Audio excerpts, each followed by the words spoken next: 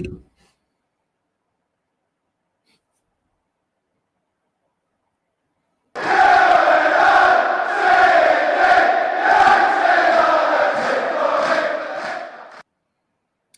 welcome back to All for United WFC. I was really excited for this. I thought it's my 100th show this year. I thought it's going to be a good one. After we've just beaten Chelsea, we're going top of the league. Everything's great. No, we're talking about a 3-1 defeat. It can't be that bad, though. We're going to get through it. There's so much to get through in the next... I'm not even going to put a time limit on it because there's so much to talk about. Get all your thoughts in. I want to hear what everyone's got to say on this because there's been a lot of mixed reaction to the game. Some people might say people are overreacting. Some people are underreacting, as if that's a phrase. But we want to get everyone's thoughts in. So let's just dive straight into it. Well, I want to start with let's start with the positive from the game or before the game or after the game, however you want to look at it. You three were there. Any of you have your say on this? Good attendance. We'll go for that first. Before we actually talk about the game, how good was the atmosphere standing behind the goal for the first time? I can't remember the exact figure, just over 6,000 there as well. How good was that to see, firstly, before we get into the game? I think it was good to see. I think considering, again, like we said, that the boys were kicking off at sort of 2, weren't they? And then it being the time it was on a Sunday, there's always the chance there that there's going to be quite a big drop-off. But obviously, it was another record, wasn't it, for a home attendance at an actual WSL stadium, which was really promising. It was nice. It was nice being in the standing section. That was really good. And every stand was fairly full. It was a bit worrying at some points. I think the traffic got quite bad. And I think even though they'd sold all those tickets, they were maybe anticipating the people running the show outside, that because of the weather and the time that maybe there wouldn't be as many people as there were. I think it was tough for people to get in, which is going to happen when attendance is so high. So that was really good. The atmosphere, like for me, the atmosphere felt fine, but that's because I'm stood with people who are taking an active involvement in trying to create an atmosphere. I think maybe you might have expected more from the rest of the ground, particularly in this sort of game, where it's quite important for what's going to happen going forward. So good attendance, probably would have expected more atmosphere-wise. I thought it was quite good. I thought, at the end of the day, it is a record attendance, and that is a good news story because that's what we need. I kind of agree with what Charlie's saying about the atmosphere, but the atmosphere is what the atmosphere is. It's one of those where how many of the people coming to LSV have been to Old Trafford who know Manchester United songs? Because, if you don't know the United Calypso, if you don't know From the Banks of the River Air, well, if you don't know those songs, it's difficult. And what I will say is there was a bunch of people in front of us who I've not seen before, and I have no idea whether they've been to United football matches before, but they were proper going for it. They were getting involved, they were listening to the songs, and then they started singing them along as well. And that's what it takes. It can be tricky because we sometimes have intricate songs, but actually I think the vast majority of them were quite easy to pick up. So I would say certainly our terrace was getting very loud. But yes, absolutely the rest of the... what was it Keno called them? The Prawn Sandwich Brigade need to start singing.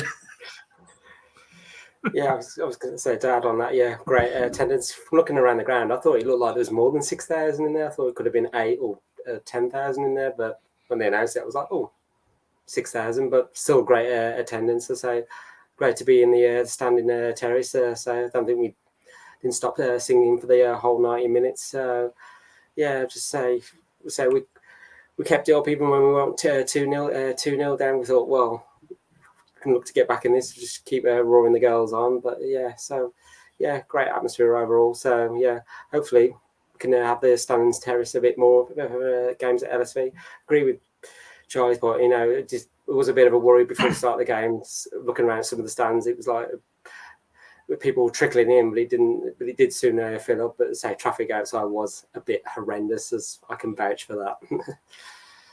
This song, by the way, yes, had the biggest amount of atmosphere of anyone. I have never seen such delight at a song being sung. I mean, honestly, it was that they were shouting it. 12, Haley lads, brilliant.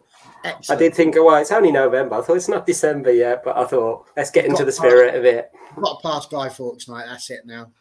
We're on the road to Christmas. I think you could blame the men's team for that. They were singing it at the under-23s about 2-3 weeks ago, weren't they? Amazing. you know what I mean. But anyway, let's get into the game then. Obviously, so that's what everyone's here for and everyone to talk about. We're going to dissect it. We're going to talk about the substitutions a bit later on as well. We're going to talk about individual errors, talk about mentality, talk about the lack of honour and Lucia as well.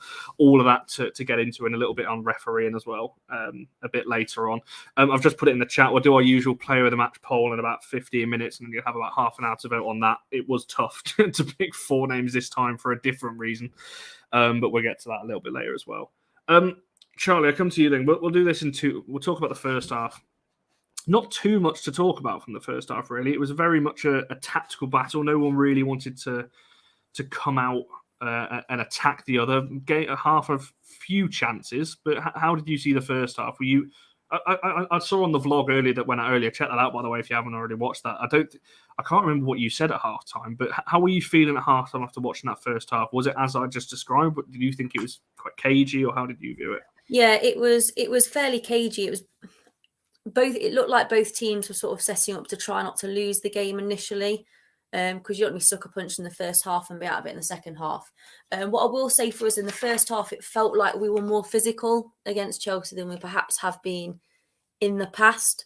So going in a little bit harder, chasing down a little bit more, particularly I think Nikita Parris in the first half did a really good job of supporting Russo with trying to close down where possible. I mean, we had a couple of chances. I think it was early doors. I think it was Ella who got a shot away and it kind of deflected and looked like it was bamboozling Berger a little bit. But then Nikita Parris couldn't quite sweep in and took it away.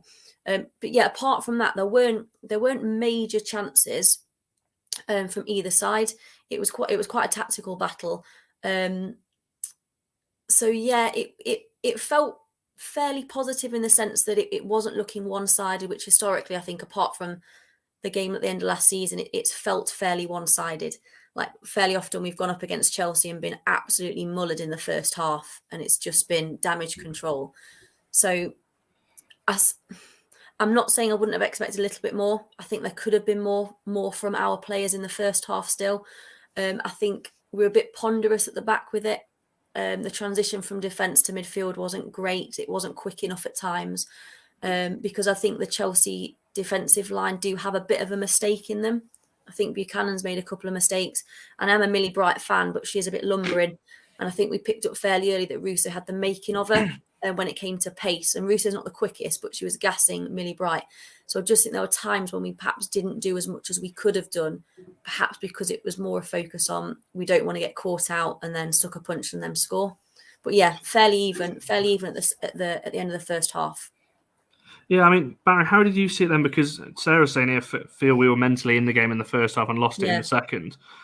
Is that how you saw how the first half went? Because like Charlie said there, we definitely had, I'm not going to say we had a clear-cut chance. I think the only one of note that I can remember was the Tooney one that got deflected and kind of hit off Berger's shoulder. But how did you see? Would you have liked to have seen us gone for it a bit more? Because I think the last time we played Chelsea, obviously we were 2-1 up at half-time away at their place in the last game of the season. Would you have expected a little bit more, or were you happy with how it went?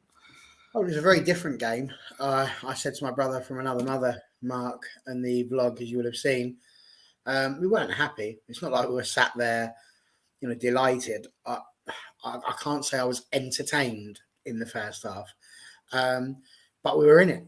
And I think ultimately in a game like that against a team like Chelsea, you just want to be in it. As long as you've got an opportunity, you've got a chance, and you feel like it could just be a goal that nicks it.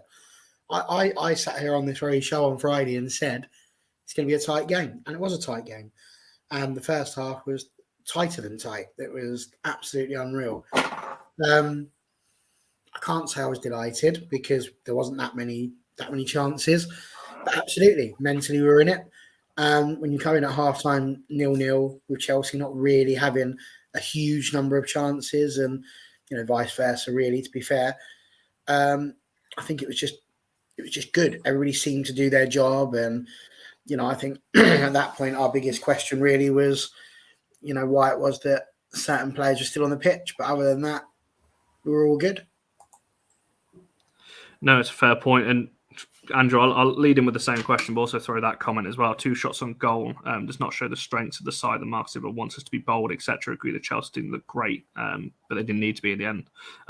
Throw that out, obviously, from the first half point of view before we get onto the second half and the bulk of this show where it's going to be talking about the kind of the mistakes and where the game was lost, so to speak. But how were you feeling at half time? Because I said we were in the game, as Barry said there, it was tight. But like I said before, we were 2-1 away at Chelsea in the previous meeting. But then you only have to go back to the home fixture, this time last year and how bad that started as well.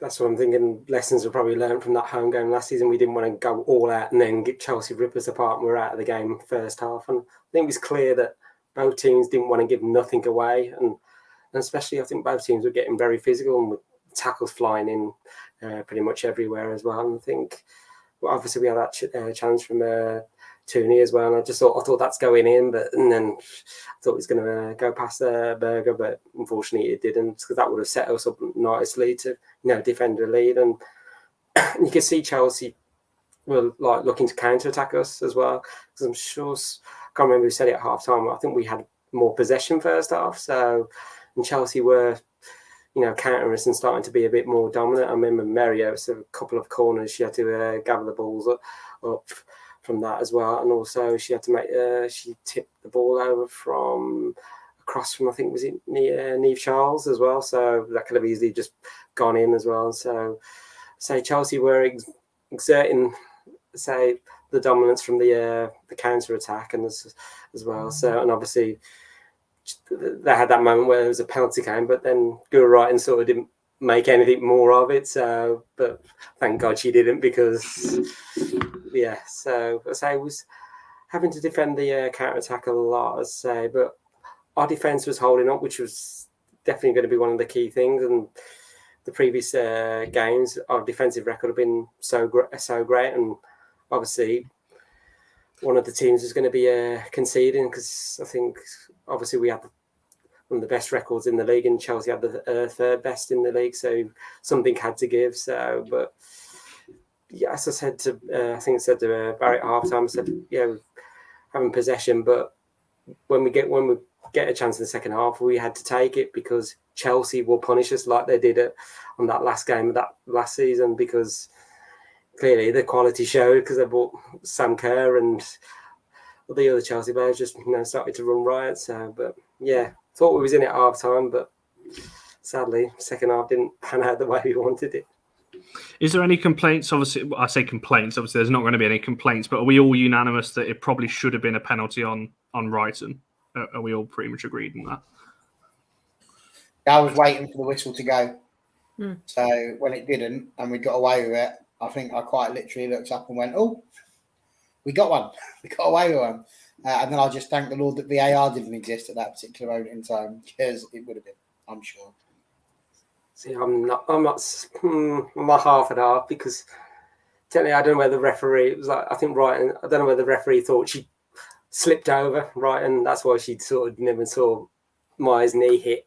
But then again, the ground was pretty much wet from all the rain, so I don't know whether that was just Maya was just trying to make a last ditch tackle and just literally say knee on knee, and just So what was, again, what felt really obvious watching it was, and I know there will always be this discussion that they're not full time, they're part time. I understand that.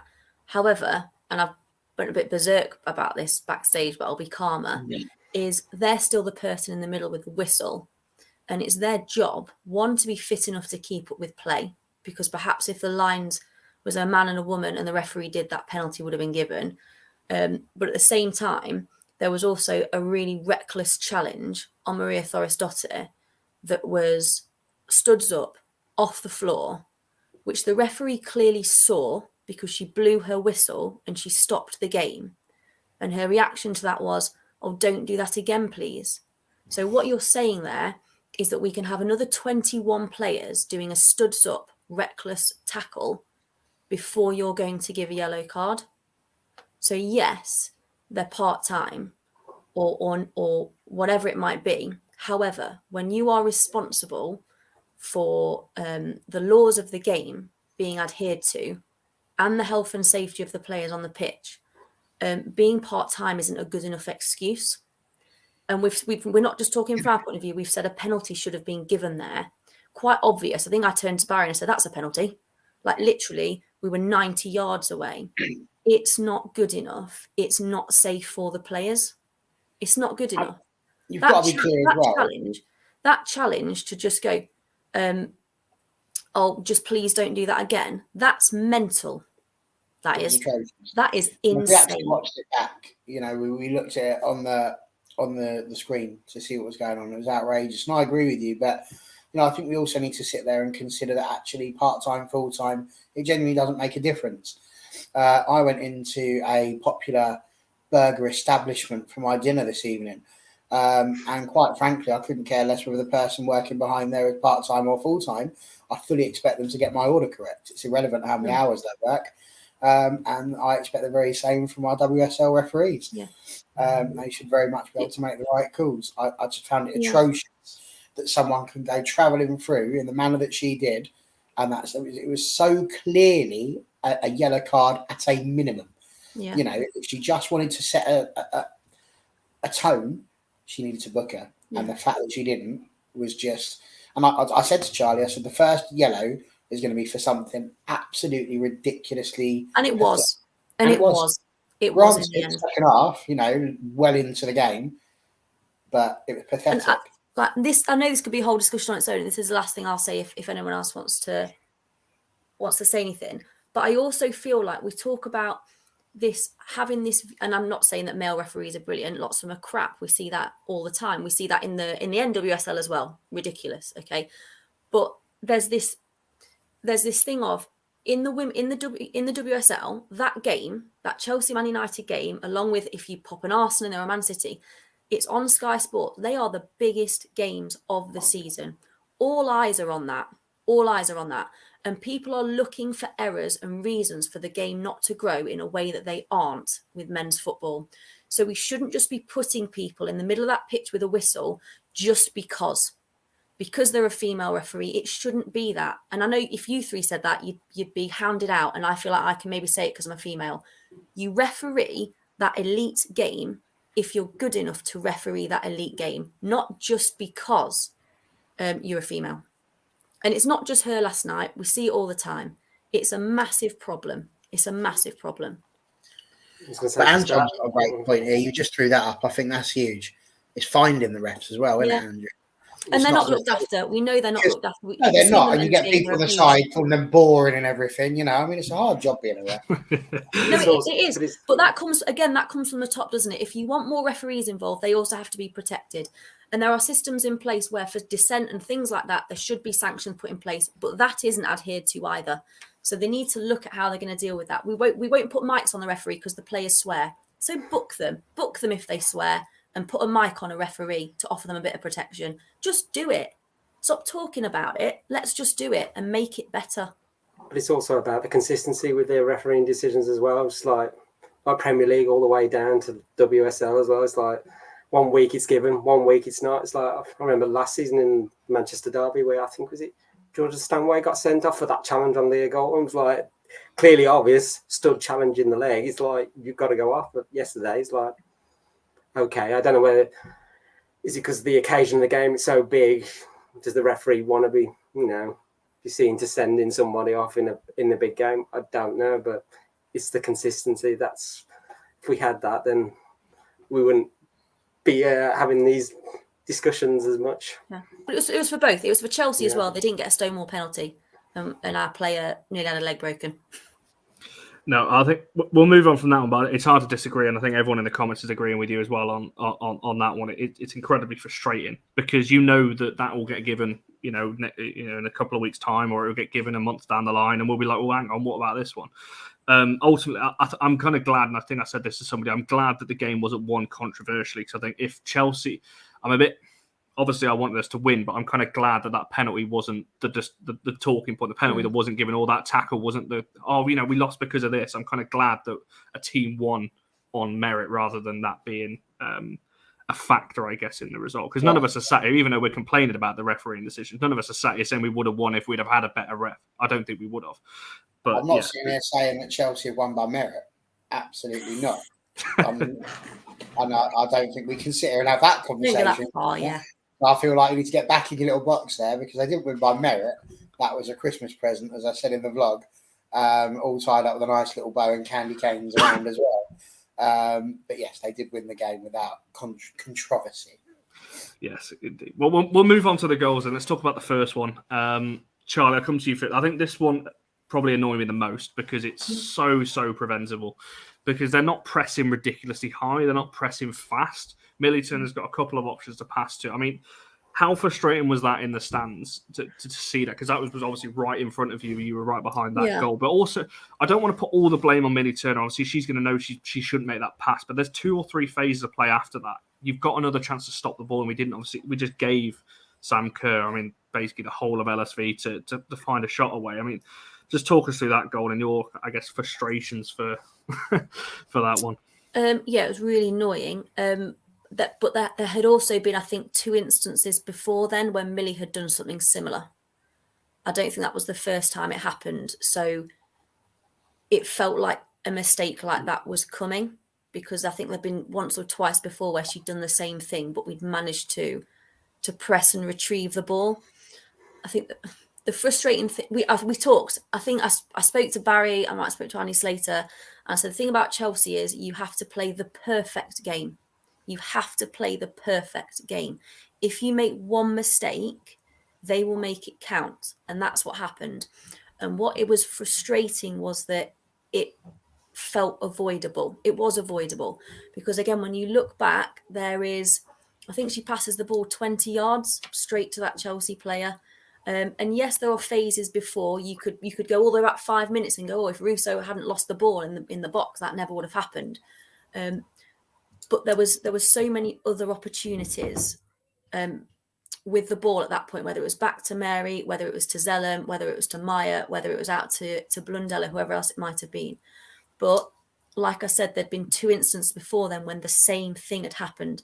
Now, for me, if you're making that mistake, I think that's to do with the occasion. I think you're so hyper aware of the occasion and the pressure that you're in those split seconds, you're just not making the right decision.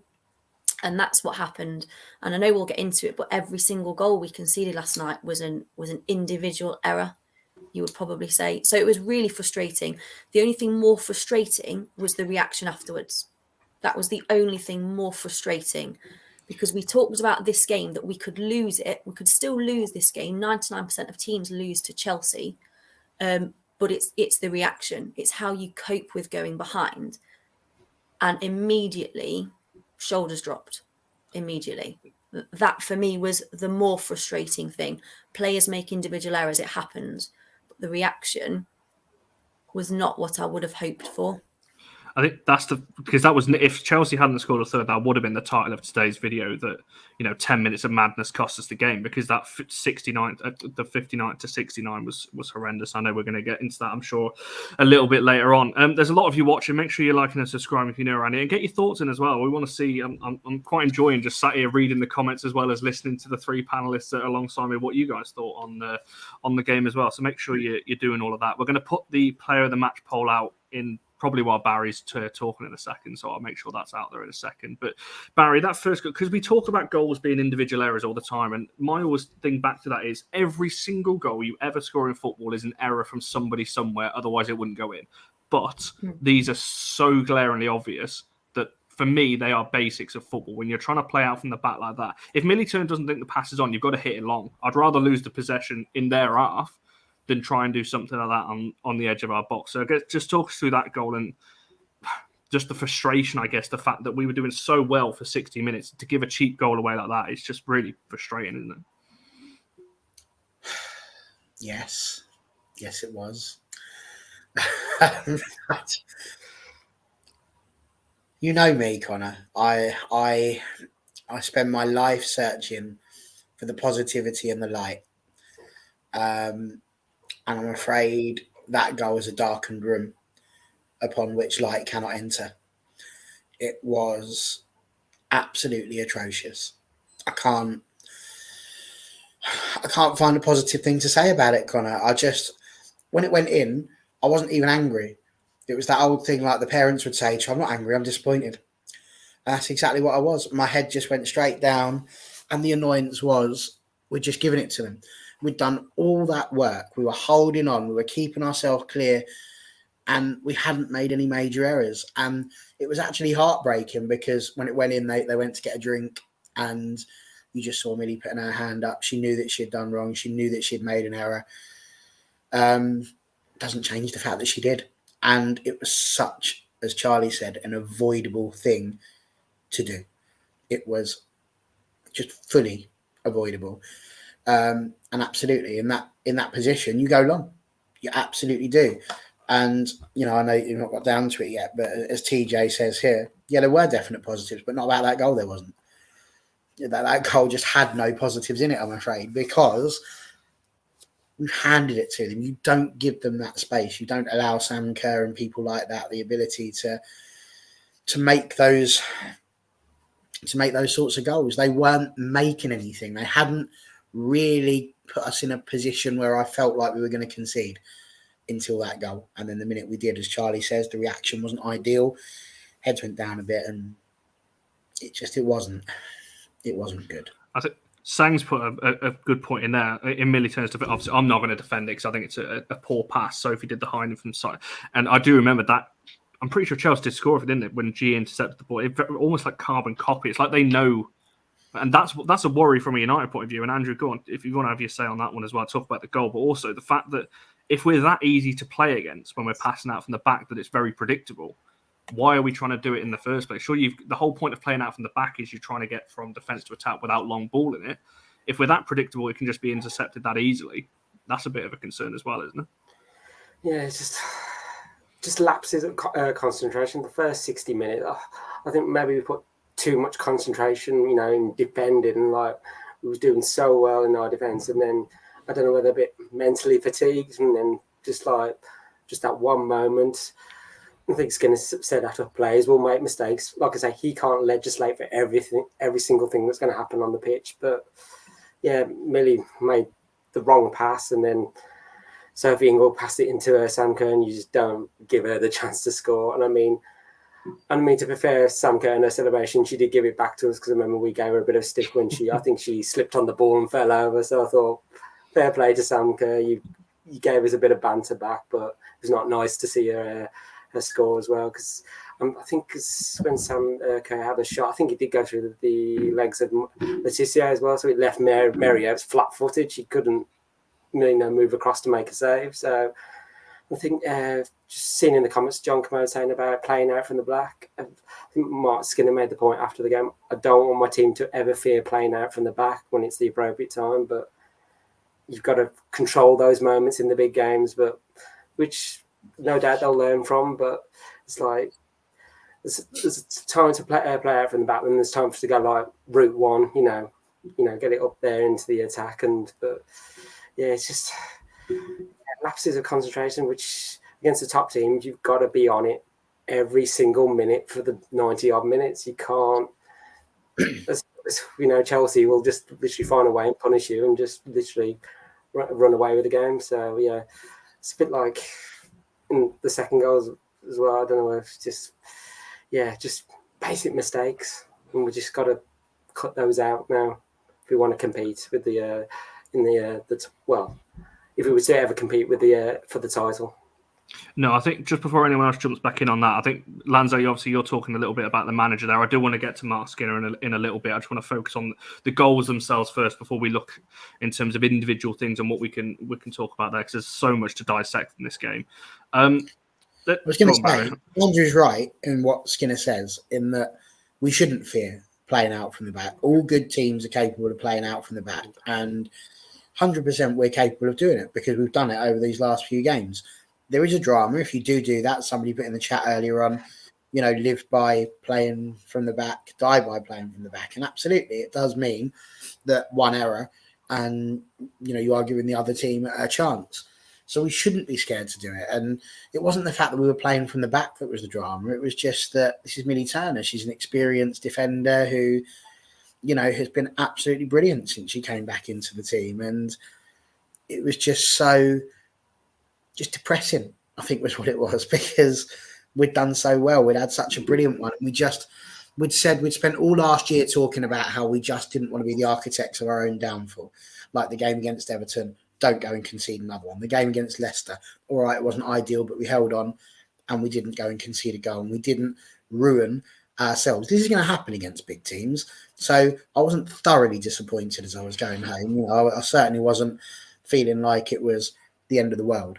But, you know, something like that is going to happen. We've got to be better. We've got to be better against these bigger teams. We can't afford to make it easy for them. And we did.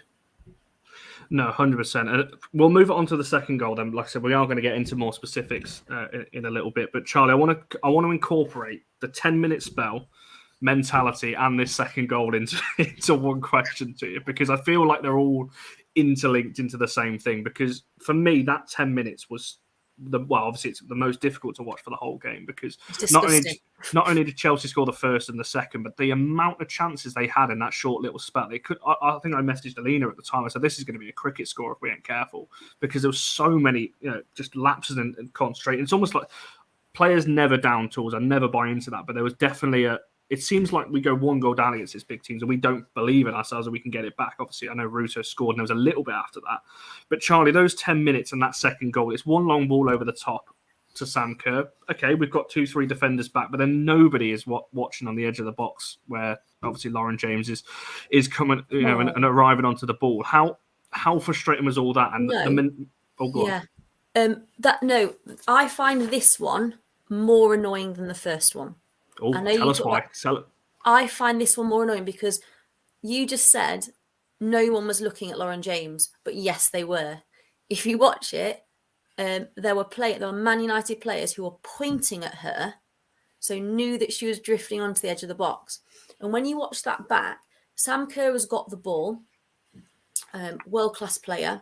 There are no Chelsea players apart from Lauren James in that shot. None. There's no one coming at the back post. There's no one wide out on the right. There's no one else entering the danger zone. There is just Lauren James, who's just drifting, as she does, towards the edge of the 18-yard box. And Man United players are pointing at her, so they know she's there, but nobody, I think there were 3 players in front of her, none of them approach her. I'll bring it up for you, Charlie, in a second. They know she's there. And when Lauren James was approaching, I'm pretty sure Barry might hopefully agree with me, loads was pointing going, Lauren James is coming. Lauren James has approached the edge of the yard box. Lauren James. Because a similar thing happened in the Conti Cup against Chelsea last year with Jess Carter, where she ran the length of the pitch to the edge of the 18-yard box. The Man United defenders were looking at her and no one closed her down. And that's what happened again yesterday. So that for me is more frustrating. I think Marty said with Millie, if Millie hadn't made that mistake, somebody else will have made that mistake, because things like that happen in the heat of the moment. But the second one, there was a build up to that and players were pointing at her and watching her approach and nobody took responsibility for that. Mary had absolutely no chance. So Mary had no chance. That's the first one in which you're referring to. So Maria's obviously there pointing at Lauren James. If I bring the second one up, you can talk us through if you want, Charlie, but you can almost see it there that you've got 3 United defenders there. I've got my mouse corner over the thing like everyone can see my cursor, but they can't.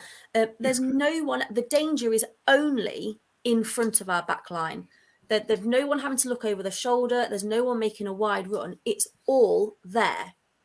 And there are 3 players, apart from, is it Maya, trying to somehow control Sam Kerr, which was the right thing to do because she knows there's cover behind her. Nobody comes across and does anything about that. Now, that is poor in-game management from the players. It's also as well the fact that as a fullback, and obviously I know Maya's playing centre-back here, the first thing you're taught as a youngster, show them outside. Maya's body there is showing Sam Kerr inside. You don't want to do push them out wide. Send it to the corner flag. You don't want to be opening your body up to allow that. And like you said there, the fact that we've not got a midfielder there, the fact that somebody, Millie or Maria, hasn't gone and recognised that danger and gone out, it's just a catalogue of errors, I think, on that one. But yeah, it's just frustrating, isn't it? But you were talking about the rest of the time as well. I think immediately after that, Mary Earps made like 4 saves from headers and shots on like the 6-yard box. So she did really well.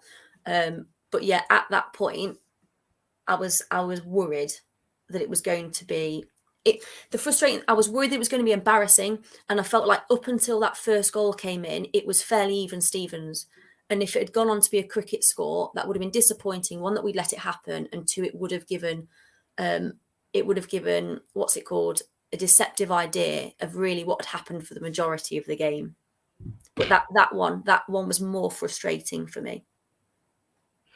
Go on, Barry. Talk to us a little bit about that then, and also, like I said, mentality as well. Do you think that's what went wrong in those 10 minutes? The fact that Chelsea had obviously scored off a poor pass from Millie, and then that little bit after it, like Charlie said, the goal came 4 or 5 minutes later, and then there was a boatload of chances in that 5 minutes after that until we kind of controlled the game and slowed it down a little bit. But how do you think it is mentality that leads to a goal like that, or do you just think I'm not quite sure? It sounds quite harsh to say it's all on the players from that point.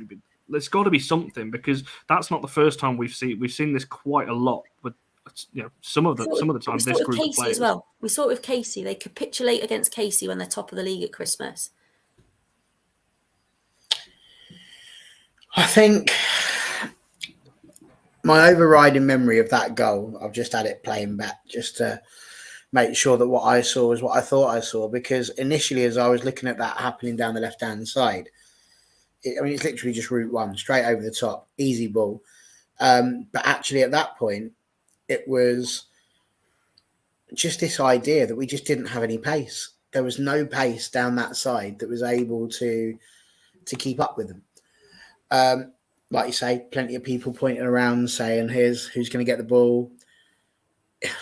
It was just, again, so soon after the goal. And they always say, I'm certainly not turning into the Northern Ireland manager, because it happens in football. But the minute you concede one, you're likely to go on and concede another one, because, you're never more vulnerable when you scored. It should have been the case that Chelsea should have been the team that were more vulnerable. But as it was, I think there was just that element of, we all felt the same. I think even us on the terrace were thinking, oh, not again, the minute they'd scored. I just really feel, I did feel for the girls on that one, because we'd given ourselves a bit of a mountain to climb at that point. I don't entirely believe that it was a full mentality thing, as in, I don't think that it was a poor mentality or a negative mentality. But, I'm not being funny. When the second one went in, Charlie turned around to me and said, well, that's it, it's going to be about 7 now. Because that's how we all felt. And if I'm thinking that, Charlie's thinking that, Andrew's probably thinking that, here we go again. It's hard not to, because it happens a lot. This is Chelsea we're talking about. It's not like we've just gone and conceded a second goal against, Durham, where, again, same thing happens, That's also a touchy subject. It is a touchy subject, but it happens because we have that same problem. So, yeah, I just think that it wasn't a great goal. It wasn't a great few minutes. The mentality wasn't ideal. And if I'm brutally honest, I was less fussed about the goal on that one, because, as we said, at least there was a bit of a build-up. I was more fussed that I think it was around about that sort of time that Hannah Blundell wasn't feeling too great. She'd had a bit of an injury, because obviously health and safety at work wasn't being given its due care and attention. So she ended up going off the pitch, and then on came Lucy Stanisforth. And if I'm brutally honest, that was literally straight after the goal. So to be honest, that's why I'm a bit blurry on the goal, because, if I'm brutally honest, I'm sure we're going to get onto that one next. I thought that was, anyone on this channel will know, I am Skinner in 100%, still am, hasn't changed. But if I was to meet Mark Skinner for a pint at the pub, my first question would be, what in the name of all things holy possessed you? To me, that was almost as bad as taking Russo off against Villa. I didn't understand it. I was just sat there for the next 5 minutes going, I don't know, what's he doing? What's happened? I could not. Save your energy for when we get to that in a second, because that is going to be you are right, that is going to be the next thing. So we could talk about the third goal as well. We might get to that in a little bit, but there's been a couple of really good questions as well that I do want to try and get to as well. Go on, Andrew, have your say on that kind of 10 minutes then. Was it mentality, do you think, or actually I'm going to tie one of these questions in for you and then someone else can jump in off the back of it should they want to. Ian, there's questioning fitness as well. Do you think I'll be a bit worried if that's 60 minutes into a game, but how do you kind of think what went wrong in those kind of 10, 15 minutes or so. I don't know whether it's like I said earlier, mentally fatigue. I think the concentration is like we was having to defend a lot in that first half. Well, the first 60 minutes, it was like maybe we just those lapses in concentration. It was like that second goal was like I think watching it back last night. Maria, that first screenshot she pointed, but then in the second one, I think she did point several more times. So she spotted Lauren James. She's like wanting one of her teammates to go out. Okay, well, Lauren James is still coming. The danger's approaching. Well, go and help your teammates out and get out there and try and stop Lauren James having a shot. So, because obviously when the ball came over to Sam Kerr, Maya sort of had control of Sam Kerr where she was going, but there was no immediate danger. But just those basic mistakes, and I think Skinner will realise that he'll work on that. But it's just like we can't give oppositions like that the chances just to score, loads of goals against it. And I think it reminded me a little bit of was it back in I think it was February when we played City at home in the FA Cup. They had that sort of 10-minute spell where they just ripped us apart because of mistakes we were making. We can't keep doing that against the top side because one, are we ever going to break into that top three? We've got to. That's why I'm just thinking ahead. Well, I think I said to you, Charlie, and John come out after the game. I said, I just think Arsenal and Chelsea are just another level at the moment. We're getting there slowly, but we've just got to find that extra gear. And I'm just trying to see where that's going to come from at the moment. But I'm sure we'll get there in time. But yeah, the second goal was just, I know, it's just. I just thought after the second goal, I thought, well, try and not let them score anymore. I'm just thinking, just for us to try and get back in it because and how good Chelsea can be. But let's say, yeah, that's why they are the reigning champions. I think the frustration for me, and I'm going to get someone else's thoughts on this in a second, but the frustration for me with that is if it is mental fatigue and things like that, we see teams lower down the table being able to hang on for 80, 90 minutes or so in a game against these top sides because of the way they're set up. Now, we don't set up in the same way. We're never going to be set up to just put everyone behind the ball and completely shut up shop like some of these teams might do. But we see teams lower down the league being able to do it. So why are we unable to do it? Oh, go on, Charlie. I think Charlie might have an answer for this one. Go on. Yeah, I'm gonna try and not put a positive spin on this, but try and think. It is the difference here is that there's still this thing of we don't just want to go into those games and just sit 11 players behind the ball. So we want to actually try and get something out of it. So we want to try and win these games.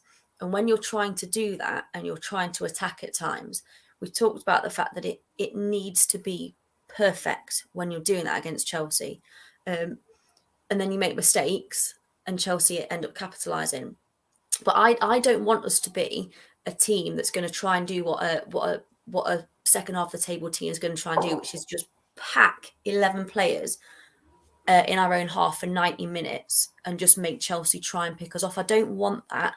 What I want is for us to deal with the pressure better. I still want us to try and win those games, but we have to cut out the errors, or at least some of the errors that we're making. I still want us to go in to win. I don't want us to go in to not lose, which is what lots of teams do. And then sometimes you do look out, don't you? You just make it really hard for a team for 90 minutes and they can't break you down because you're not trying to win. Just kicked my drink over. Thank you. It's just water. But I don't know. That was like a double-edged red card offence. Go on. Red card offence, health and safety at work, Charlie. People are going to slip over now. It's carpet. I don't know. That's what I'm thinking. Yeah, no, it's a fair point. I want to get someone else on though who could.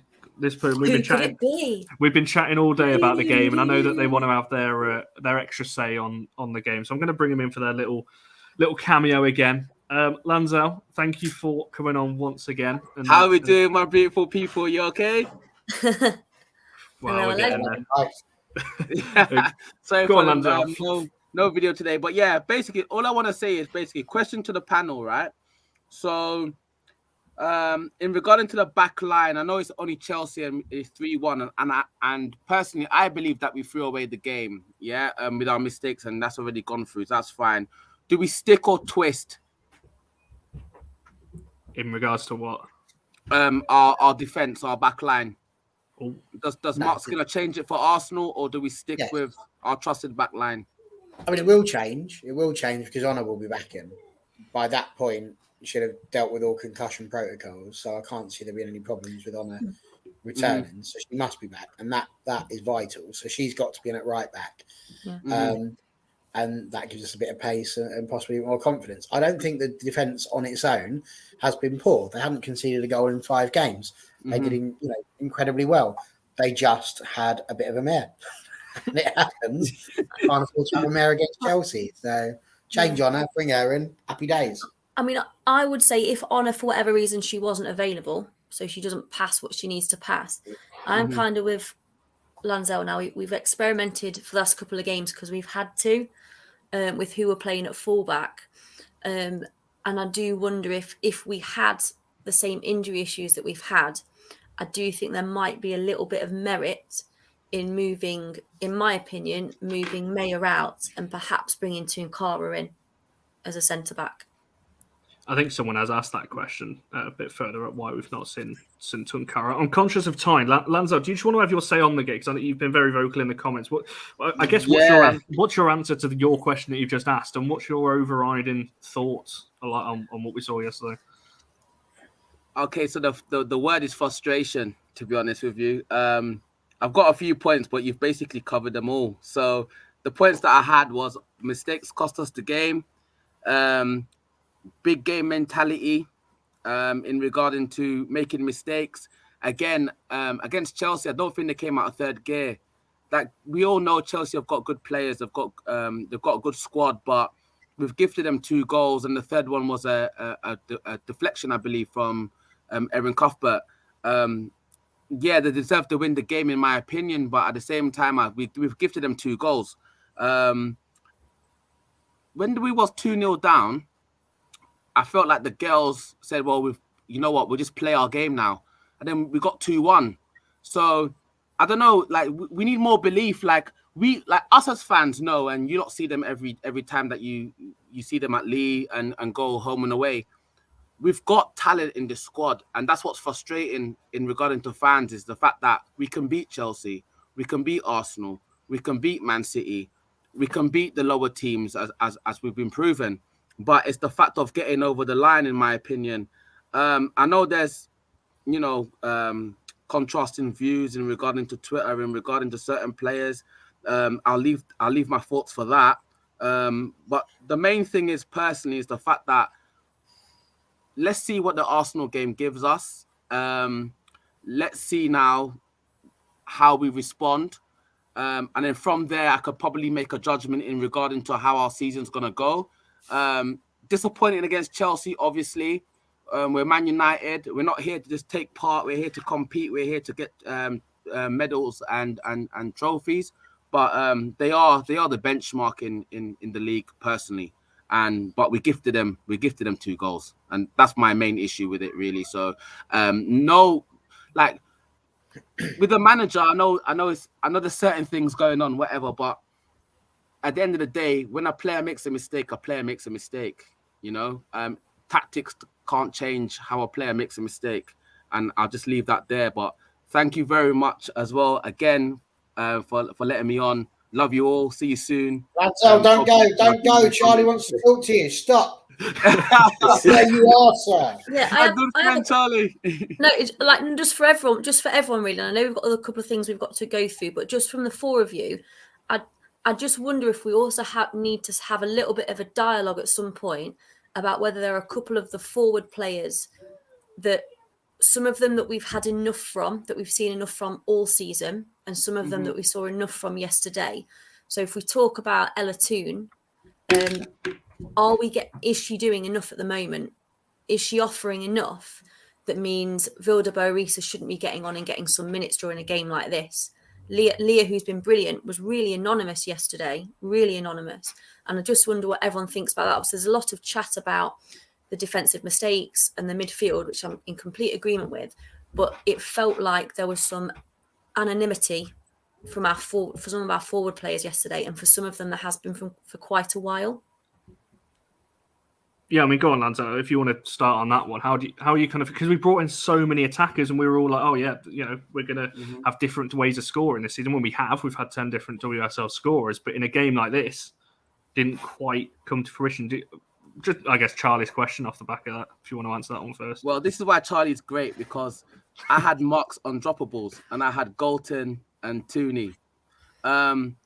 We all know the quality that Galton and Tooney has, but Tooney, to me, in games sometimes seems like she's burnt out. Yeah, and then but we don't like Staniforth is ahead of Vilda Borisa. We can all see that, right? So even Stani in the 10, why are we putting Stani on the left wing? We've got Leon. Maybe Thomas goes on the wing. Maybe Paris goes on the wing and Thomas goes on the right, etc. It's just little decisions like that that really that baffle me, to be honest with you. Galton, we all know the great quality that she has, but sometimes maybe make that change 60 minutes, 65 minutes. It's the same thing that I say before. How much time does a sub get to affect the game? You can't put a sub on for 4 minutes or 5 minutes or maybe even 10 minutes, in my opinion, to affect a game of that quality. I don't think that happens unless you're winning and you're just wasting time. So again, it's learning curves, isn't it? Again, but then we need to stop learning and learn, in my opinion. But like I said, it's just frustration, and it's just frustrating for me because I love United. And like I said, we go again against Arsenal. But I do think that in regards to Tunic, in particular in the number 10, sometimes we do basically give her 90 minutes and we're running her out, we're burning her out, I believe, personally. I think sometimes there's games where we could have just subbed her 60 minutes, maybe 65 minutes, bring on Vilda Borisa, even Staniforth in that position in the 10 and, change the game. So, yeah, that's my thought on that. That's a fair point. Go on, Barry. I want you to have your say on this, but also I'm going to bring Deb's comment up to throw at you as well. Take away what Toon did in the summer. Does she justify her selection at the moment? Well, the first thing I wanted to say is that generally Lanzella is correct, but unless your name also is Ole Gunnar Solskjaer, who literally built a career out of being a substitute that came on. I'll never forget the game against Forest. Just go on and run about a bit, lad, and 4 goals later, he's wondering what's going on. I think I have to say the subs really got to me yesterday, and usually I don't have an issue with Mark making the decisions that he makes, but the idea that Blundell was going to go off again, we're putting Leah Galton, not a proper fullback, in at left back, and it's just this idea that Lucy Staniforth came in, and this here that Sarah's put, I don't get it. You've got someone like Adriana Leon who scored a goal. You've got Grace Clinton there on the bench as well. You've got Vilda Borisa. You've got people who, in my opinion, are more likely to have an opportunity to affect the game. I couldn't believe it when, you go 2-0 down and the idea is, well, let's bring on Lucy Staniforth. I was baffled, as Lanzell said. I can't, for the life of me, understand that. With regards to Tooney, the problem you've got with Tooney is that she is so inspirational and so good. So she got the assist. So she's done not a lot for an entire game, but she got the assist. And this is the thing. She can make something happen out of absolutely nothing. She does have that ability. And I don't know that we have got that many people in our team who are able to do that. The problem you've got is, can you carry one player for 89 minutes just in the hope that they're going to bring you 1 minute of absolute brilliance? And that would be my question. So for me, I'm just a great believer in give other people a chance as well. If somebody's not performing, give them a chance, let them play. And if they happen to score and they do well, then you keep them in. No name should be bigger than the club. This is what people have a go at Gareth Southgate for. So, pick the players that are in form and that do well. And if they're not doing great, then switch it about. That's the point of having a squad. It's a fair point. Go on, Andrew. Have your say on this, because I think Deb's hit the point. I've got no opinions on it. I've got about 15 more questions that I could ask, but I'm going to have to shorten this down. We're going to wrap this up before midnight. So go on, Andrew. What's your thoughts on that? On the substitutions, the one I really questioned was Staniforth, the Blundell, because I was like, well, because Leah had to come back and be a left back, and I thought, well, that sort of sacrificed our, our attack on the left because Martha Thomas come on and she was on the right, so he was going more down the right than the left. And I know Leah once or twice got overlap with Staniforth, and then we made small subs. I think Staniforth, I think she did move back into the middle of the midfield as well. So that was the only one I could really question because we sort of sacrificing a bit of our attack as well. I mean, when Rachel Williams came on, she was like really hustling the opposition, I thought. And then I would have liked to see Russo stay on, but I could see why Skinner sort of took her off because she's only just come back from injury. You don't want to, her breaking down again with another injury and then she's out for longer. So I sort of see why he did it, but she's there. She can score goals, but it's one of those. But we had all those Leon, Thomas, and Williams on the pitch, so we had 3 good striking options to score an equaliser. So on the question of Toonie, I don't know whether it's a hangover from the Euros that she's just not in form at the moment. I don't know, but maybe she just needs a rest out of the side. But then I'm going to say that is she the equivalent of Bruno Fernandes in the men's team? If she wasn't there, we'd miss her creativity, and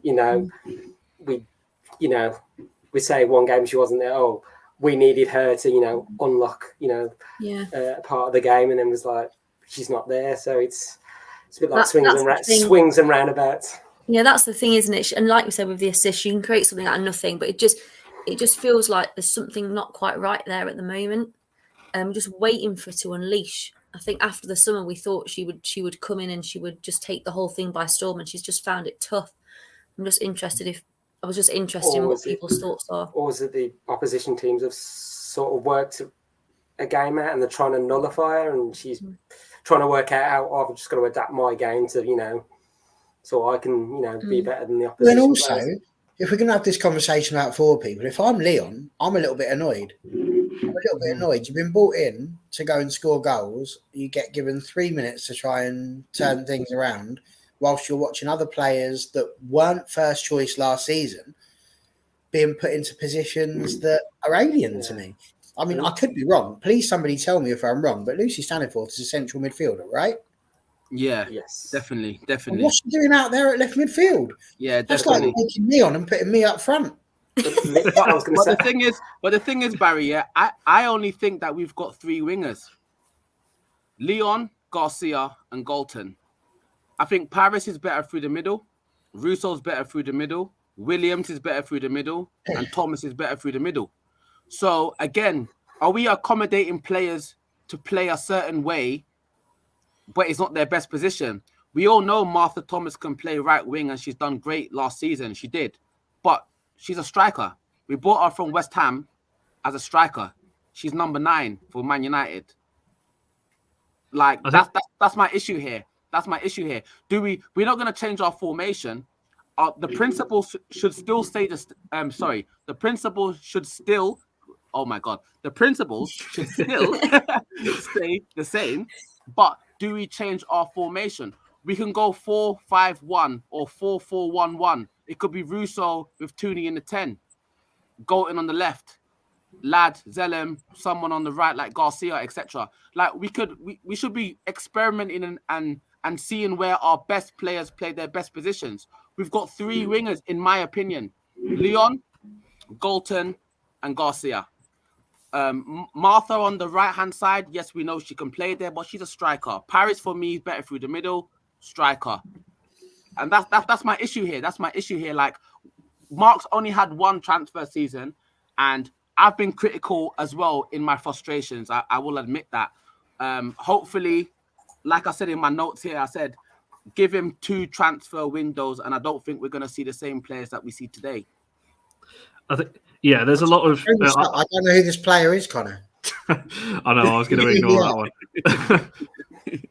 Well, Vidia and Van, I don't think it's Der either. I think isn't it DE? It's DE. There's no R in. Yeah. So, John, that's why you're banned from Match Reactions, as you falsely claimed in the chat earlier on. I just wanted to get some of these comments while we've been chatting. I'm going to have my say on this as well, because I've got a few things to say. It's great to see so many new people in the chat as well, by the way. I'm loving all these all these comments. I'll go back to Larry's point a bit earlier. Bo Reese was good enough to play against his teams. Like, why give him Tooney a break? Why have a squad and not use it? Again, I think it goes back to the whole point about Bo Reese and Leon and other things.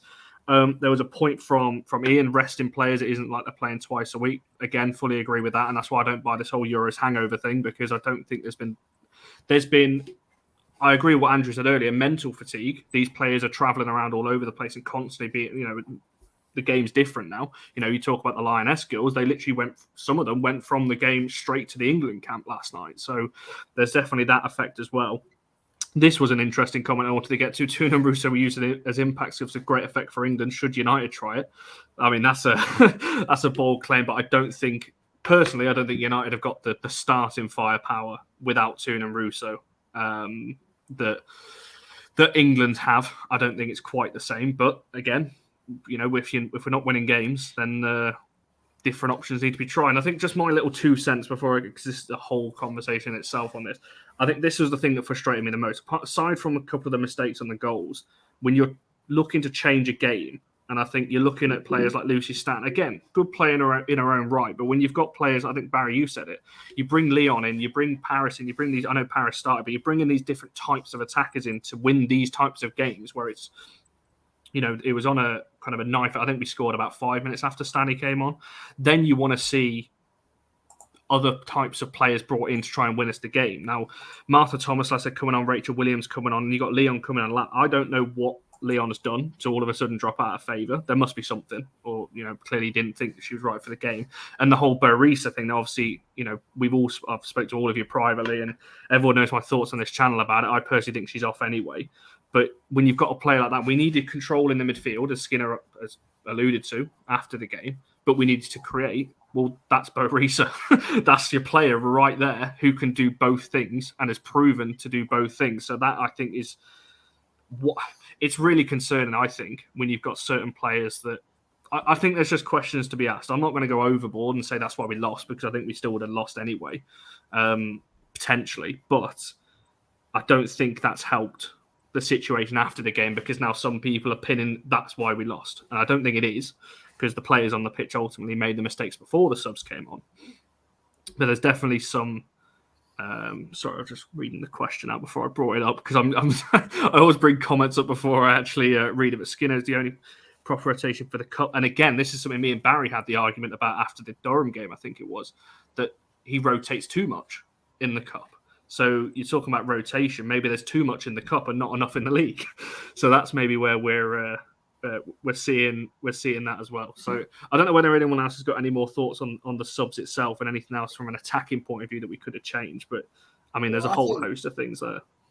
I think, no, not you, Marty. Sorry, Deborah's point here was because Yehuda spoke, and so it knocked it up a bit. I think this was fair. Even at 2-1, we did have to think about defensively, but this was the thing that got me. I said to you on the way home, Connor, that I wondered if Mark's idea was supposed to be that by bringing Stan on, she's an experienced player, it's going to give a little bit of balance to the team. She'll be an experienced head that will calm us down so that we can settle ourselves down again. But we're moving players out of position again. We're taking Leah Galton, who's not a left back, and putting her left back. That's not a position. We're taking Maria Torres-Dottir, who's not a right back or a full back, but we've put her in there.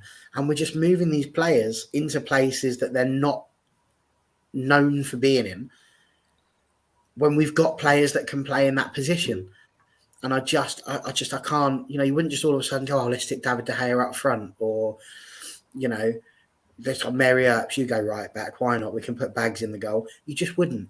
So why are we doing it?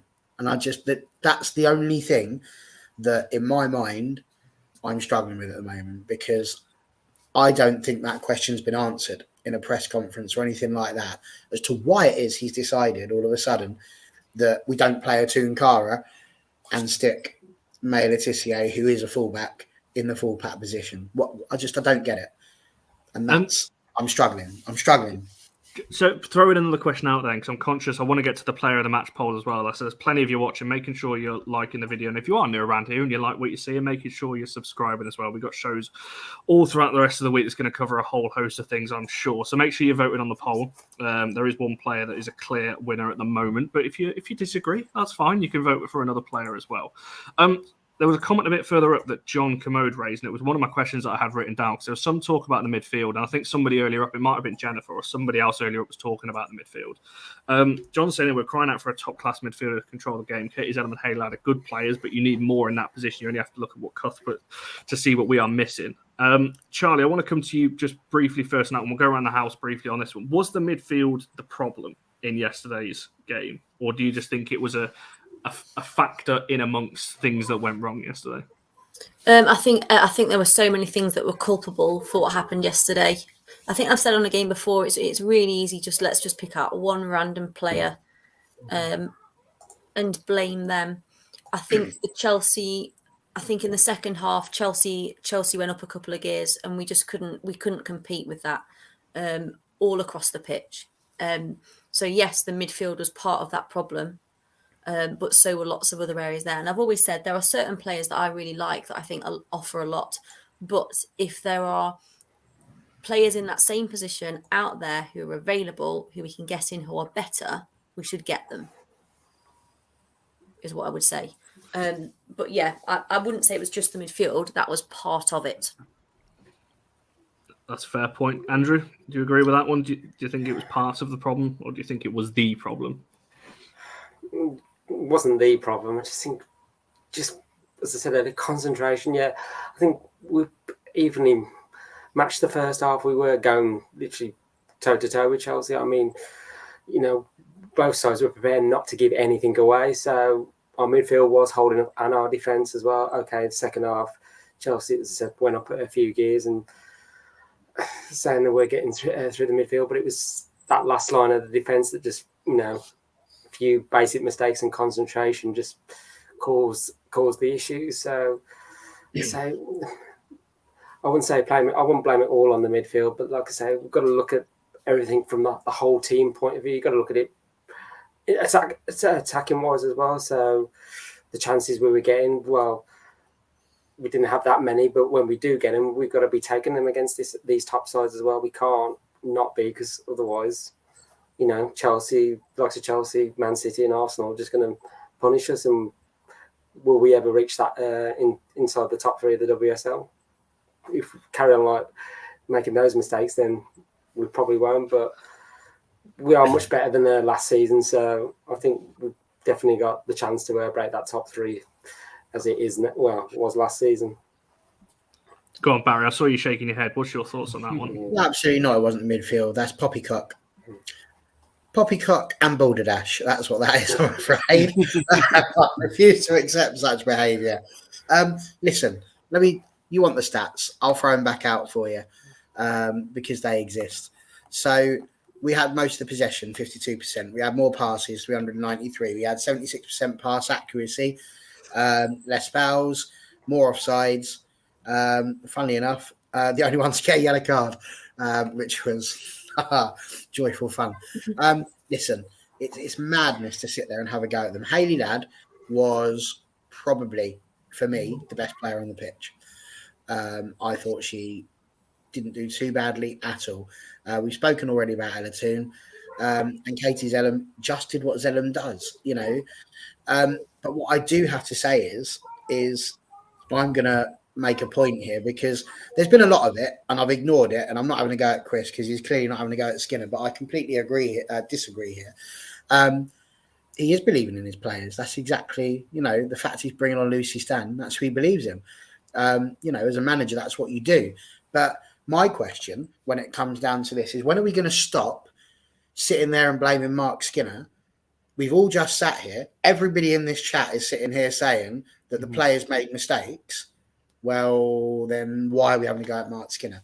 Because there was, I can't see it. There was somebody who put it on here just a little bit earlier about how it's, Skinner is the person who does the mentality and all of those sorts of things, or if Skinner wants it, Skinner says, that he wants people to do these things. I want you to stop eating burgers with a knife and fork, Connor. But I have very little say over what you do once you get into that restaurant. I can't do anything about it. Do you know what I mean? This is how we behave. I don't want Charlie to keep eating buttons in front of me because it's bringing back bad memories of LSB. But when she does it, she does it. You know, I want Andrew Wall to stop going to Stourbridge and start coming to Manchester United games again properly, rather than, you know, just running off to places like Stourbridge and do. I have no say over that. I can sit here, I can make myself a team, I can do all of these things, but what I don't have the ability. It's not FIFA, kids. It's not FIFA. The manager doesn't pick the team and then sit there with a little finger, and now I'm in charge of everything. The players do it. And if the players make a mistake, why don't we blame the players? Why has it always got to be that it's definitely the manager? The players lost that game yesterday, not Mark Skinner. But he is culpable for some silly things, which is the substitution. So nobody comes out of it with any particular glory yesterday. But let's be 100% clear here. This is 100% not the case that you can just sit there and just have a go at Skinner. I think some people need to just stop getting on that particular train, because it's going to crash, kids. And when it does, I'm going to laugh. There's been, there's been like quite a lot of comments and a little bit of chat as well about needing to get players in and the caliber of player, because that is, you could, I think we've talked about it before, would Pep, this isn't a direct comparison, would Pep Guardiola win the league with, I was going to say Brentford, that's a bad one to say on a Man United channel, but you know what I'm saying, we're playing a Chelsea side who've, in Deb's word, it's just monopoly money. So they're going out, they're spending a fortune on players and wages, they're running at a permanent loss because they're just bankrolled, they make a bigger loss than any other side, and that's what we're competing against. So if we're also saying part of the issue is we're not getting in a caliber of player that is good enough, that can't again just be down to Mark Skinner, even though there was issues with some of perhaps the decision making yesterday. That again comes down to the decision makers at the top of the club. Because Chelsea isn't a fairy tale. They haven't become as good as they are just by chance, by building from bottom up. They've had a lot of money ploughed into them. And if we're going to compete with that, our women's squad need access to some more funds as well. Lanza, what's your thoughts on this? Because I know me and you have spoke a lot about this today. I think Barry makes a good point in terms of Skinner's not fully to blame in terms of the individual mistakes that happen. I fully agree with what Deb said. Saying the manager controls mentality, belittles the players in truth, and makes them robots without a brain. I fully agree with that. Once you're out on the pitch, you make your own decisions. Sometimes it's better to ignore what the coach is saying. Sometimes I want the players to go, hang on, that ain't right, I'm doing this, because then they're taking control for themselves. But equally, I think there is definitely an argument that some of the decisions made by Skinner yesterday from a sub's point of view was definitely questionable, as we've spoken about a little bit earlier.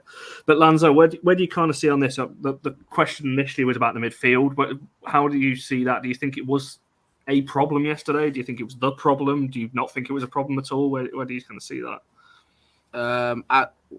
The defense was the problem yesterday, in my opinion, because we made two mistakes.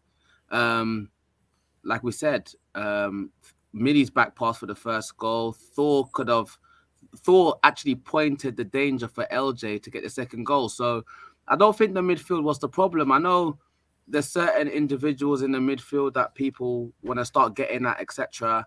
And like I said, I've been a believer in a sense where I've actually saw that person or seen these people now live and changed my opinion on certain things. Yes, the players you can criticize them and that's fine, and we can criticize the manager or whatever.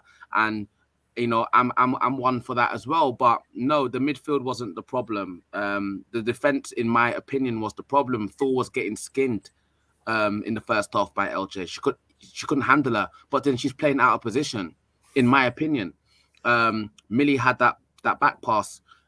It's a first goal. Second goal, like I said, Thor again. She's seen the problem.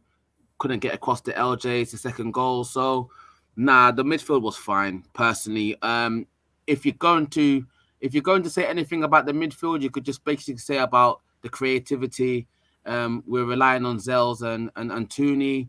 But then again, like we said before, Tooney gave the through ball to Russo, that connection that we all love, and then we're 2-1 in. And then I'm expecting us to push on now and get 2-2. So fine margins again. Chelsea, they've got the quality. We all know that. It's just frustrating on our side because I believe that the scoreline doesn't reflect how the game should have gone. It's the same thing with other games as well. So that's my opinion on that. No, fair points. I think everyone's I think we're all a little bit agreed. I think, like I said, I think the midfield was definitely a problem to an extent. I think when you look at some of the, I kind of agree with John Commode's point in terms of the only stat that matters is the scoreline. Yes, I agree with that. But I think when you look then why was he so upset when we only beat Leicester 1-0? Why did everybody get upset about that? The only thing matters is 1-0. Stop talking poppycock and balderdash, people. All right, Barry, I've got to say one thing. Just one thing. The only reason why I was upset that we only scored 1-0 against Leicester, right, is because I know, in my opinion, that the top three, and that's what we're going for. Champions League is the aim at the moment. We're not really challenging, are we? Even though we're in the conversation. Because I still think we're in the conversation until mathematically we're not. But it's because these teams like Arsenal, City, Chelsea, in second gear, third gear, whatever team they put out, they put 3 or 4 past them. Now, it is deja vu for me. If we go into the last game of the season needed to win against a team or where 3 goals, goal difference that we need, that's the game we're going to look at. That is the game we're going to look at. I'm sorry for Leicester fans. Love you all to bits. You've been brilliant. But come on, the bottom of the league. Listen, 3 goals, 4 goals. We're supposed to be just getting past them, getting the goal difference up, and let's go again. But then again, I said the same thing for Durham, and then look what happened. So who am I? To be fair, Lansdale, you hadn't put something in the chat about the only stat that matters is the result. Johnny K is just trying to be funny. I was making a point before. I was having a go at. I was going to say, I was going to make a point, Barry, until you interrupted on that one as well. Can't even remember what it was. Here. Yes, the players lost the match. However, Mark selects them and decides how they should be playing. Therefore, it's his loss. They were playing fine. It was 0-0. And then one of the defenders goes, hey, up. Chelsea haven't scored yet. Let's give him the ball. Oh, 1-0. And Mark Skinner's sitting there going, yes! That's exactly what I told Billy Turner to do. Go on, girl. No, of course it didn't. Poppycock and balderdash. Sorry. It's madness. Let someone stick Barry on mute. No, we will. You have buttons to do that, Connor. I know. I was going to say I'm the only one that can do that, and I won't because all opinions are welcome. I'm not going to sit on the fence because I do slightly sway towards what Barry's saying, but I do agree there is an argument to say that ultimately the manager takes the brunt of everything in any profession you are in. If your staff are underperforming, the manager eventually will start to get the blame. That's in any profession, in any way you go. And I don't tell anyone, but I can see the argument for the other side in terms of what Barry's saying, that ultimately, yes, we were still in the game, and individual errors or defensive lapses in concentration ultimately cost us on that one. Sorry, I think it's PTSD or something. Let's bring up some of these comments and let's see what some other people are saying. Jamie, welcome to the chat. Hopefully the team will learn from the mistakes against Chelsea. You can't afford to gift them, but you keep going. Chelsea are definitely the team to beat. Yeah, it's going to be a long season. There's only 20 odd games, but it will get there, I'm sure. Yehuda's back in the comments as well. The mistakes were very poor, but in the levels, you need to be able to answer. Yeah, that's exactly the point. I think that's what concerned me, I guess, the most. That the fact that we didn't respond. I can't see the comments that are coming in at the bottom. I'm guessing, is that what you're laughing at? Oh no, passion from Barry. What's going on here? Barry speaks the truth sometimes. I'll say so. No, we do love having Barry on here. This is the one I was laughing at. We try to. I'm sure there's something. Everyone looks at the game differently, and that's why we like doing these types of shows, because we all look at it differently. I mean, Barry could tell me the grass is blue. Not that it doesn't mean he's right, but if he sees it as blue, it might be blue. Who knows? But there's certainly a lot to talk about that. We've not even covered the third goal. I don't even know if it's worth talking about the third goal. I think we all spoke backstage. Again, it's a defensive error, in my opinion. I think Mary's got to come out for that. there's no pressure on Maya. She doesn't need to clear it like that. I think Mary's got to come and collect it, and obviously that killed the game off right there. We haven't spoken about Russo's goal and how well taken that was, to be fair. She did really well with that goal, I thought. Indeed, go on, Derek. Do you want to talk to us about that one? It was a mistake from Cuthbert, very similar to Chelsea's first, actually. Playing out from the back, played it straight to Toon's first time ball, by the way, was fantastic to lay it into Russo. And yeah, she finished it off. And that's what we want to see, isn't it? More of that. Obviously, not coming from a Chelsea mistake. I'd like to see us create that anyway. But yeah, let's try and wrap this up or kind of come some kind of conclusion on a positive. Let's talk about the goal then and the Tooney Russo link up. Go on, Barry. I'll let you lead in on that one, considering you brought that one up. Okay, well, gee, thanks. Do you know, I think what I loved about it most was that it came at a point in time where I think all of the joy had been sucked out of LSV. I think it had been like, some sort of atmosphere Hoover had turned up, and we were all just sat there going, well, here we go again. People like myself were thinking, well, that's another 3 hours and 15 minutes. I've got to be in the car just sitting there sort of screaming at the windows. And actually, all of a sudden, out of nowhere, we've just jumped onto a little mistake like that. And Russo manages to get hold of the ball, does, I think, a really good job, manages to put the ball in the back of the net, and she really did take it well. And she showed the calmness and just how deadly she can be, really, when she gets into the area and scores. So really pleased to see Russo getting on the score sheet again. And it pulled us back in. And I think that was when, the crowd got back into it again. And, that was the point where we really needed to try and capitalise. And so, yes, it was disappointing to go on and concede that third one, which, again, we think Mary did shout for. But again, mistakes, simple thing, you sweep it out like that, it's going to cause a problem. But it does go to show, like I say, Tooney comes in with the assist, Russo gets a goal. Yes, Denzel, there he is. And I think that's the joy for me, is that we still had that opportunity. I want it to be clear, Chelsea were there for the taking yesterday. They were there for the taking, and they should have been beaten. I don't want to say we'll never have a better chance to beat Chelsea, but they were ours last night. 100% we could have beaten Chelsea, and it wouldn't have been against the grain. So, yeah, bit of a shame really not to get the draw or a win or anything like that. But at least that positive was that Russo got on the score sheet again. And Tooney, I think, is on 110 appearances now, by the way. There we go. 110 there. And 90 for Galton and Turner. Check notes. There we go. That's good as well, because we did have a chance just after that. I think Stanley headed it over the bar, and I thought that was the one. I think if that falls to Russo, that's probably going on target at the very least. Charlie, I don't know whether you can hear us or see us or anything else. I don't know. Has anyone else got anything to say on the goal before we look to kind of talk about player of the match and things like that? And yeah, my signal's dipping in and out. Just that once we what we'll say is once we got that goal, the positive sign was we then looked quite good. We looked like I had a little bit of fight in us. We looked like the team in the ascendancy, like we might have made something happen. And you're quite right, Connor. Usually in these situations, what happens is you get a second opportunity, and it probably doesn't fall to the ideal player, which is what happened. So that there were signs of good things, the physicality in the first half, and after we scored the equaliser, which was a really well taken goal, good ball from Tooney. We looked like we were back in it there, but then again, it was just another error, which was a shame. But it wasn't all doom and gloom. There were signs of things, but yeah, we just need the break. Might have come at the right time, I think, maybe to recoup.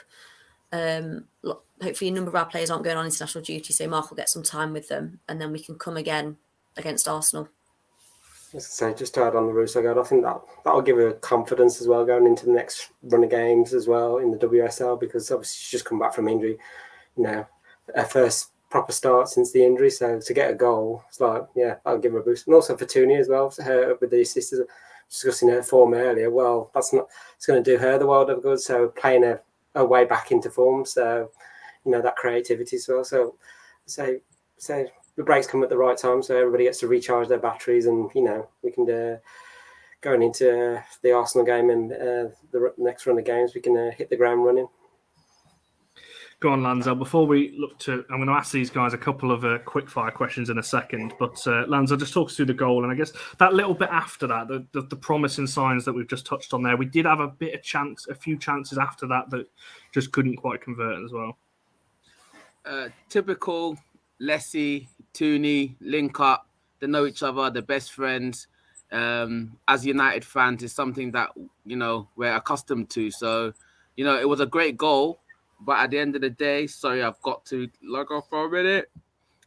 Sorry about that. But at the end of the day, it's one of them things where 2-1 in, and you're thinking, yeah, let's push on. I think, like I said before, I think when we was 2-0 down, I just think that we played our best football for a good 20 minutes. It's just a shame that obviously we didn't impose ourselves on the game more. But yeah, more to come, and better against Arsenal when we play Arsenal, to be honest. That's a fair assessment on that one. What's people saying in the chat before I go to that last section there? Arsenal are playing better than Chelsea. I'm scared for you all. I mean, who do you support, by the way? Because you've been in the comments all afternoon, evening. Who do you support? I'm very intrigued now, because we do have some other fans, obviously Sang being Chelsea. We've had some other fans in here that I've seen tonight as well that I know that are not United fans either. So just intrigued to see who people are supporting in the comments tonight. Big pitches for our next 3 matches could be a factor, yes. I keep saying it's Arsenal, Villa, City. That is right, isn't it, in the WSL? And the Conti, we've got the Sheffield and Everton game in there as well before Christmas. He's a Chelsea fan, of course. We have an intruder alert. An enemy within. But you're all welcome, as Sang's always in the comments as well, and Barry just likes to wind him up. But there we are. And Lanzo's back. There we are. So I'm going to ask these guys a couple of quick fire. I've kind of said one word, but you can explain yourself should you want to. I think the first one is going to be pretty. I think you might have to explain yourself maybe a little bit. We spoke about her very briefly earlier. Vilda Borisa. Have we seen the last of her in the WSL? Yes. On that one. Yeah. It's a difficult one, because I'm just thinking squad rotates. Coming up in the next run of games and into the second half of the season could be key, because if we get some injuries, we might need to rely on Vilda to come in and hit the be on form as well. So it depends if anybody wants to make an offer. It depends what the offer is and if Vilda wants to stay or not. And I guess she's not happy not starting in the moment, but sometimes you just got to wait and bide your time. There'll become a moment where you're going to get your opportunity to be in the starting 11. Then if you do very well, then you're given Skinner the choice of not dropping you. So we'll see. Just one thing, exactly what Andrew was saying. Vilda doesn't start, in my opinion, unless it's Conti Cup or FA Cup in the starting 11. She'll be in the squad all the time. I think Stanley's ahead of her. I even think Grace Clinton probably could be ahead of her. I think she's gone. I think she's gone. Harry, Charlie? Yeah, I think I think she's probably off. You wanted one word answer. Well, I want her to go no. Do I think she will go? Yes. Should she go? Yes. Yeah, that's probably about where I stand on it as well. I think I fully agree with this comment. That's what I think. I think if the World Cup wasn't next year, I don't think this would be as prominent as it is. She needs to be playing to get in that World Cup squad for next year. So yeah, I would say yes. I think we've seen the last of her in the WSL. I think she'll play against Sheffield or Everton. I think we will see her again. I just don't think not in the league, not with the game. I think the problem she's got is that Tooney is just so good when she's good. We don't have anybody else who can play that position who can be as good as Tooney on her best day. And so as a result of that, a great Vilda may not necessarily be all that much better than an average Tooney. Mm-hmm. Therein lies the drama. But Barry, is Vilda a 10? Or she an 8? Vilda a 10? She's a 10 to me, mate. Absolutely. No, not like that. I mean, is she a number 10 or is she a number 8? Even though she can play all these positions, like Zelly can play 6, 8, or 10. But I think for me, they tried that with Jackie, didn't they? They tried to put her alongside Katie. Yeah. But I think it doesn't really matter where you put her. At the end of the day, I would still can't get in. put Hayley Ladd over her as well. And I would definitely put, as everybody knows, Zellam's my first midfielder on the team sheet. So there's no point hiding away from that. So I don't think she's the top three. And if she's not in the top three and she needs to move on to play in the World Cup, it's not going to happen. It's just not, sadly. No, that's fair enough. I'm going to ask you the next one then. Looking ahead, obviously, to our next league game, Arsenal, you can only make one change that's not on her, because otherwise that's a little bit of a cop-out because she's coming back from injury. You can only have one. You've got to make a change. I'm going to say you have to because we've just lost. Who are you? Michael Jackson? who are you putting in? It just can't be on her because, like I said, that's technically cheating because she's back from injury. This is stumped a lot. Well, anyone. Well, I'll go. So I would... So imagine, no Honor, no Garcia, they're just injured. So based on the just... Yeah, so I'm trying to think of someone outside the box who's not going to automatically come back in, because you would imagine Lucia and Honor are going to come back in because they've been starting majority. You've got to think of another change. So is there anyone else that you would take out? I've got one. Oh, go on. It's moving Maya out to the right back and bringing Tunkara in alongside Millie Turner. So you'd have Blundell, Millie, Tunkara and Alessia right back. Yeah. Who's going to make one change? There you go. Can't have that one, Deborah. He was quite clear. The- His criteria. I was going to say, yeah. He doesn't listen. Throwing a bit of a curveball here. That's a fair point. But just really quickly, I'm being really rude. I've told the gents on the private chat my little one's woken up. How very rude of her. So I'm going to have to dip out. But thanks for having me, everyone. Love you, No worries. Charlie. Thank you for coming on. Yeah. See you in a bit. Go on then. Who is there? Anyone else? One check. Thomas left. Go on, Barry. That's a shot. What? Thomas left. No. I would. Oh, I would. And Mark Henry will batter me for it because I don't think he thinks this is. I would bring off Toon for Clinton. I was really impressed with what Clinton did, and so if I've got to change someone, that's the one I would change. I think we need a bit of a change about there, and I think it would give a bit of a short, sharp shock. So there we go. I'll go with that one, as you forced me to, under duress. that's a fair one. Lanza, have you got anyone? Easy for me. Leah goes left back. Thor goes out. You put in Leon.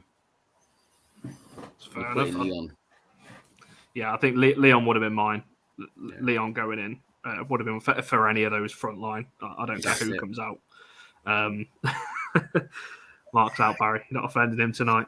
Don't worry, Barry. Bald head gang, Barry. Love it. There we go. Sarah's agreeing with me and Lance out Leon, and have a float front through Russo and Garcia. Leon was a 10, maybe. Thoris Tossi at 4. Tunkara, plenty of things. Where's Si? Don't know, always dips out early, doesn't he? I don't disagree with this, but what I do disagree with is Sir Alex Ferguson had 60 odd games to be able to do that in. Mark Skinner's got about 32.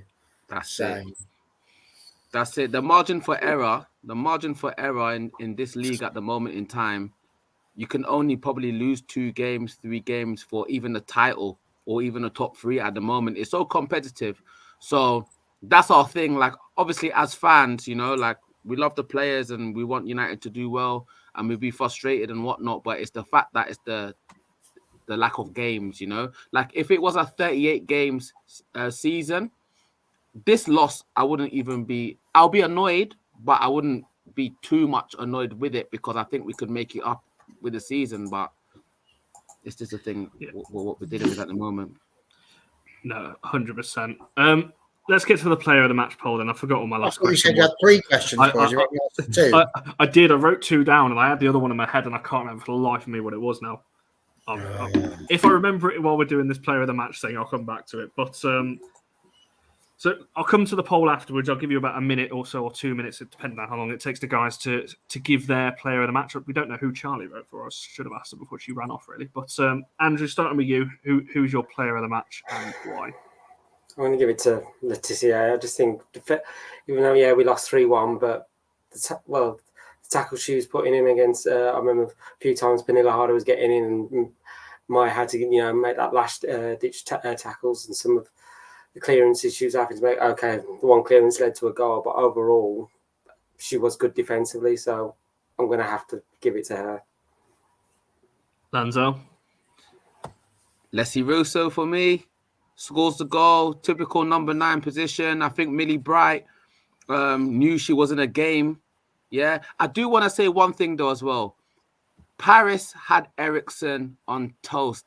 If we really actually just got her pace down that right wing, she would have been in problems there. But yeah, Alessia Russo for me. Love Lessie. We all know her talent. Scored the goal as well. Brilliant. Go on, Barry. Are you going to go for a different person, or are we? You know, I'm going for. You ask me this every week. We do a reaction show. Every week, I tell you during the show who I thought my best player was. I forgot that. Go. So, who's your player of the match? Barry, I can't even remember a question that I thought of 5 minutes ago. I'm not going to remember what you said an hour ago. Very good point, to be fair. I went Hayley Ladd. I think that she did really well in the midfield. I thought she just had some great moments. She broke up play. She was looking to try and create as well.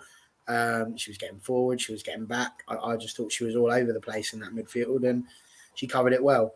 I can understand people going for Russo because obviously she got the goal and she did work hard. But ultimately, I think, Hayley Ladd was the one for me. So does that mean have I got to go Blundell to make it a 4-way on the poll as well and split it between the 4 of us? I'm not going to, but no, I think I could. But yeah, I think for me, crikey. I'm gonna go for Ladd as well. I don't remember her making mistakes, whereas I think Maya played really well, but she had mistakes in her. Russo was obviously got the goal, but I don't think outside of that, I don't think she was great. Not that she had much to do. There wasn't that many attacking threats. And Blundell, I think, again, played well, but also had mistakes in her as well. So I just think, Ladd, just for being solid. I don't think there's much more to that. But looking at the poll, nobody really agrees with me and Barry. So we've got Hayley Ladd and Hannah Blundell on 7%, Maya Laetitia on 34%, and Russo on 52%. So Russo takes this week's player of the match. But Blundell? Is that because she's ex-Chelsea, though? Is that possibly? Why? You had a choice between her and Thor. That's it. And just before you crack on, I was just going to say, because I missed this, there were other conversations happening, but I just want to say, I know I've got a little bit emotional today. Passionate, I think, is the word we like to use. But I've got absolutely all the love in the world for Marty. We have great conversations all the time. And this is the point. It's all right to disagree. You don't have to agree with me just because I'm sat here in a little bit, sat in the corner of my house shouting. It's irrelevant. I'm just shouting to a screen, really. It's not personal. It's just what I think. And if you guys want to think that we need to sack Mark Skinner, you're more than right. You're welcome to be wrong. It's not a problem. Barry is bang on that one. What TJ said, I vote for Maya Laetitia. Isn't anyone going to say anything nice about how she played? She played well. I just think there was mistakes in there as well. That's why for me she didn't get my vote, because she made the mistake for the third goal. I think she's got to leave it, and we have watched it back. Mary did shout for that, so if Mary's shouting for it, she's got to leave it. But she didn't have a bad game. I just don't think she was on top, and clearly the poll agrees. So. Well, it doesn't agree with me and Barry, but I don't think anyone agrees with what me and Barry say nowadays. Really? I mean, Barry, no, he wouldn't be. He wouldn't be. He absolutely wouldn't be. I'm not sitting here trying to defend Mark Skinner because he made mistakes yesterday. The collective made a mistake yesterday. This is not a one-person hatchet job. Everybody's culpable for what happened last night, not just one person.